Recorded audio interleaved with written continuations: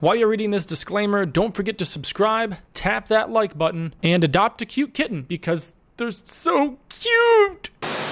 Hey, trading royalty, what's going on? I know that's a little corny, but I'm Adam King. I can't wait to go into this training with you. If you haven't already, go through the futures trading before this one.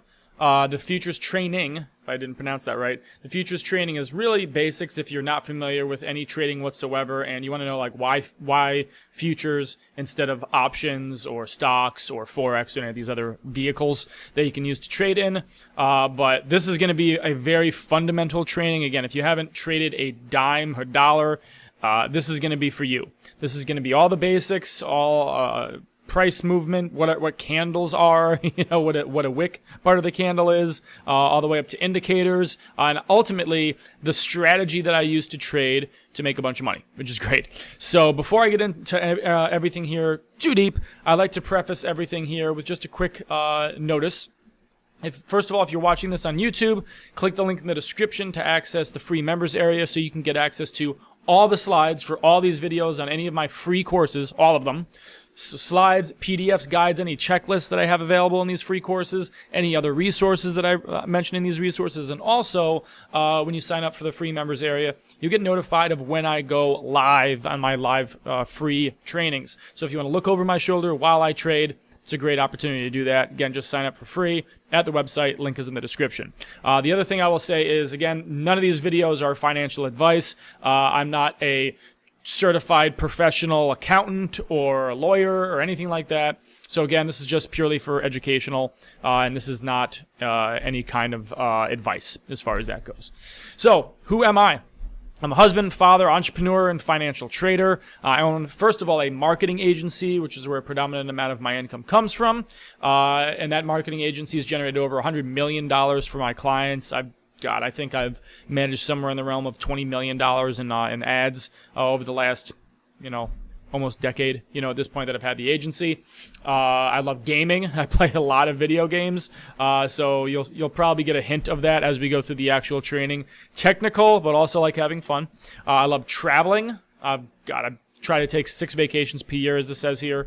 And I like playing guitar every once in a while as well. So got to have some hobbies. So how did we get here? And by the way, this short section on me isn't going to be too long, but it does have a purpose. So again, make sure you watch until the end.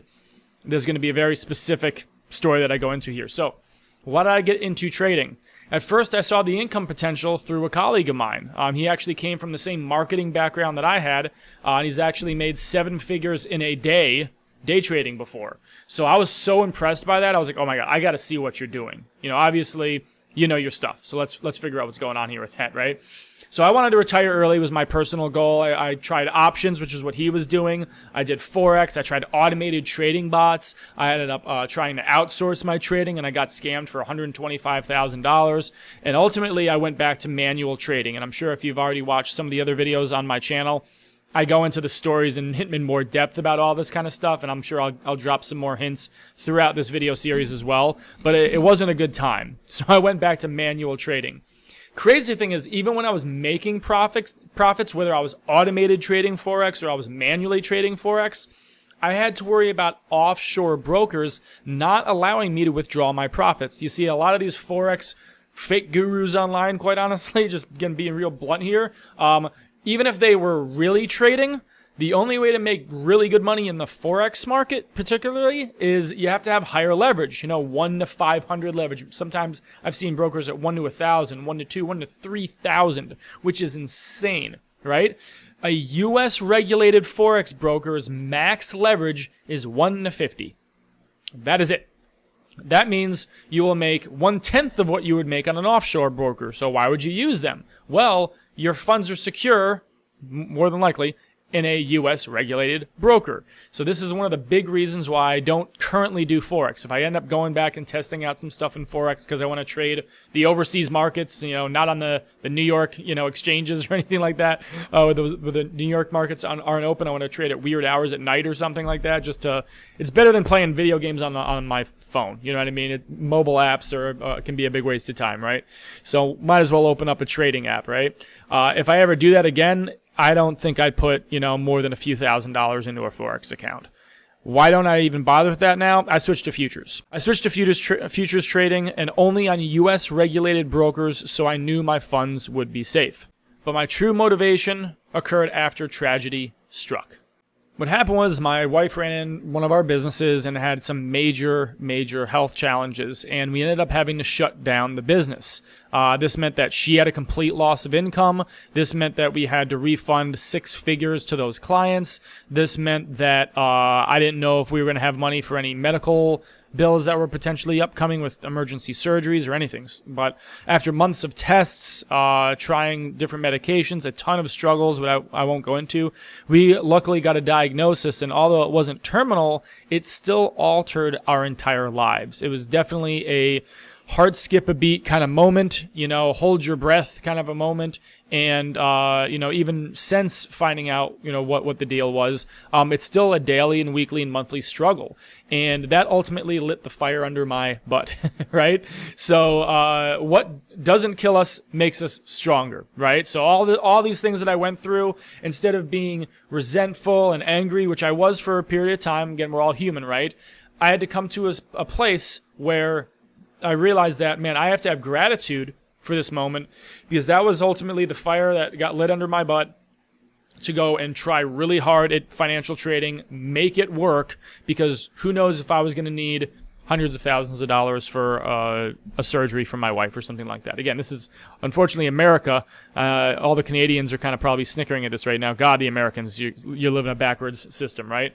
Well, it is what it is, right? But like I said, what doesn't kill us makes us stronger. So after all this, again, thank you for sitting through my story there. Here's my question for you.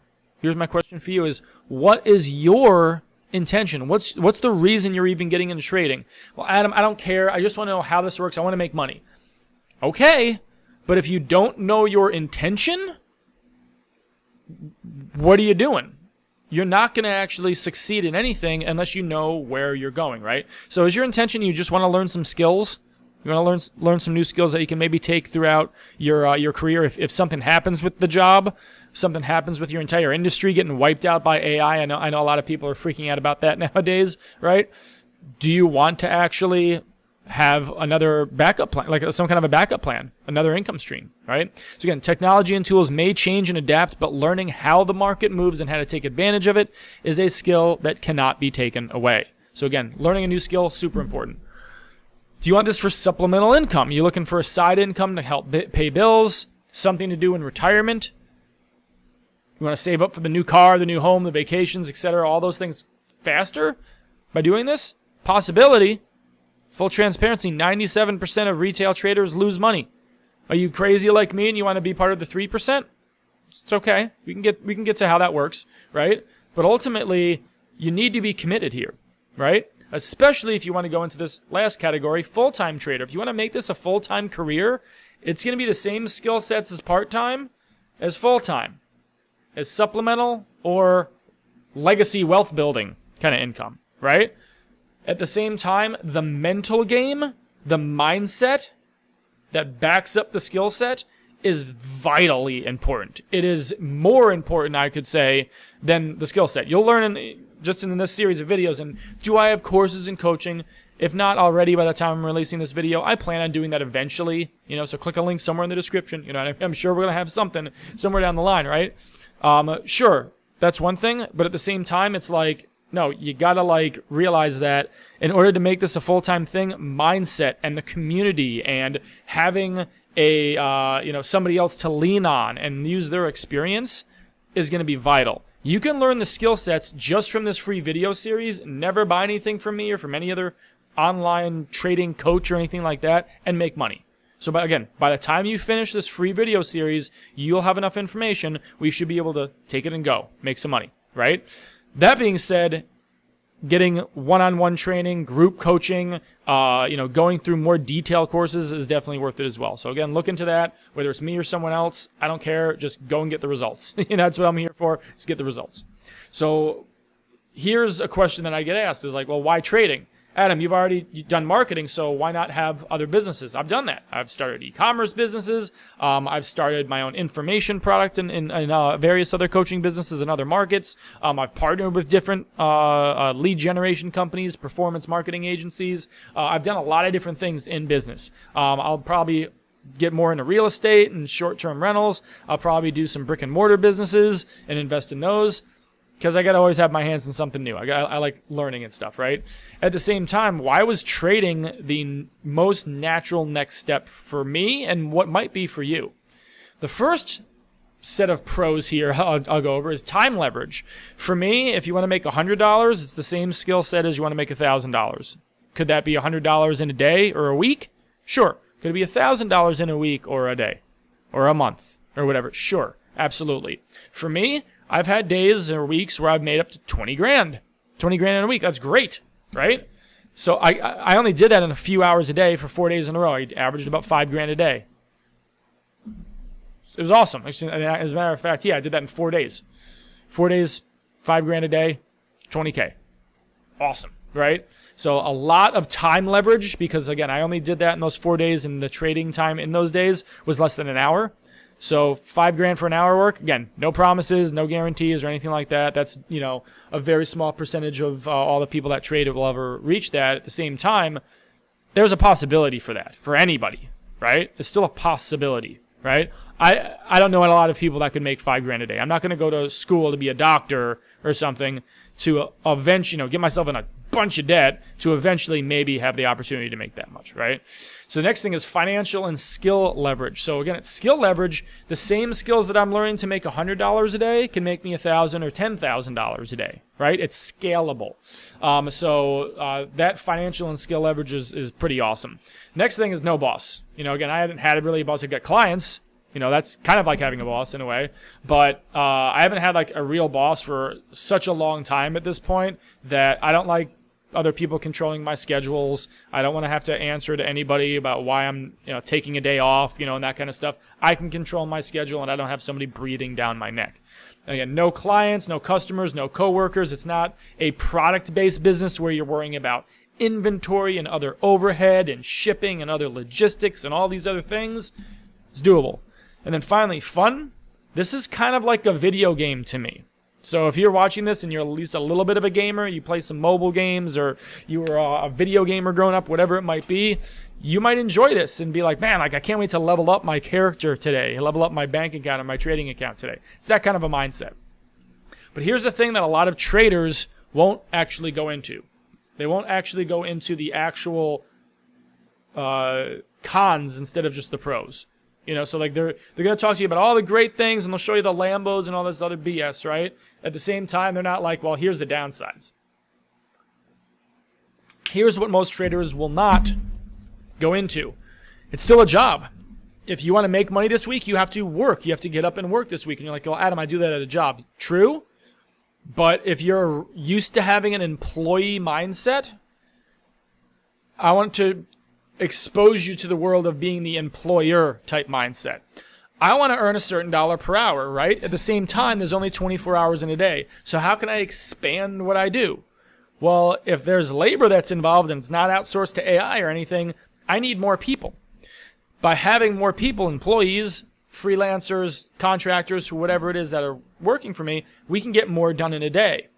They're going to get paid, hourly for whatever that job is worth. Again, you don't want to underpay people. You want to pay people a nice, good living wage that's worth it for what they're doing. At the same time, all that extra profit in that hour or those 40 hours that they work, the employer gets the margin on that, whether the employer is working a full day or not, whether they're working that week or that month or not, right? And especially the bigger these companies, a lot of the owners are just buying CEOs to go and run the companies for them, right? And the owners are off on the golf course traveling, doing various things because they took the risk. Again, I'm not going to throw tomatoes at people that are wealthy. This is all about the American dream and the fact that we all can, not everyone is built to do that. No, not everybody wants to take the risk, but the ones that are open to the risk and willing to work it hard enough can build up businesses in that realm where you've got now a machine that is built that is churning out profits for you, right? So again, the cons of day trading, it's still a job. You're still chained to your computer, to the markets, and when the markets are open, when the volume is in the marketplace, well, guess what? You're going to be in front of your computer, and you're going to be trading during those times, right? The next thing is it's volatile. I don't care what market you're in. I don't care how you trade. I know even some of my clients that do financial trading and I market their businesses, there's still some volatility in there. One of them in particular has averaged about, 10, 12% a month for many years. This past year, they were only averaging 5 or 6% a month. Is that way better than inflation? Is that way better compounded throughout the year than just putting your money into an index fund? Yeah, but there's still ups and downs. He maybe wanted to make double that this year and he didn't. Right? So again, there's going to be ups and downs. What is your base bottom dollar? How much more do you have to make on a monthly basis to trade to then be able to step away from the job or to be able to live comfortably in retirement?